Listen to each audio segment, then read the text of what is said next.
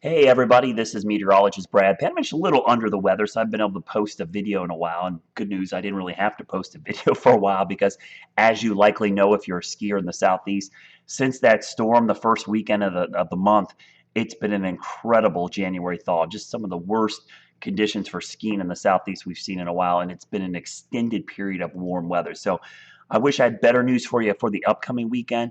But as always, it's not doom and gloom. We've got a pattern shift heading our way. Let's break down what's going to happen in between now and then. Unfortunately, the first system this weekend is going to be all rain. That moves through pretty quickly on Friday.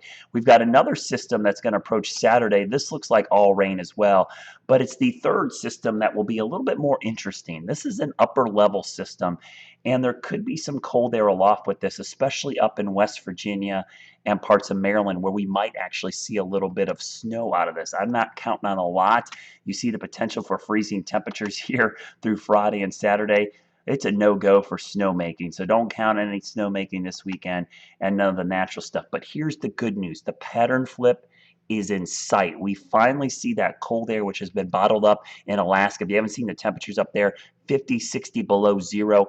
For lows, highs have been 40 below zero. There is a lot of cold air up there, and the polar jet stream is going to buckle next week, and we're going to see a pronounced dip in the eastern half of the country.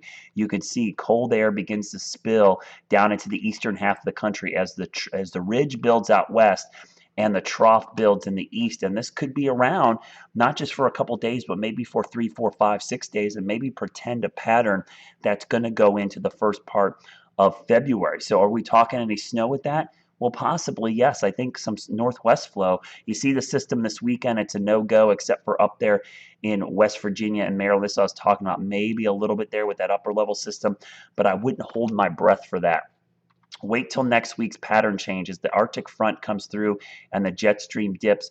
We get into a more prolonged, notice the isobars coming right off the Great Lakes, more of a northwest flow event. It looks like there will be snow somewhere up and down the mountains of the southeast. So real good sign that at least we're going to see the potential for a change in the pattern. In fact, if we look at the long range European snowfall maps, we see that little bit of snow possible on Monday, Tuesday with the upper system up there, maybe in Wisp, maybe down to Snowshoe.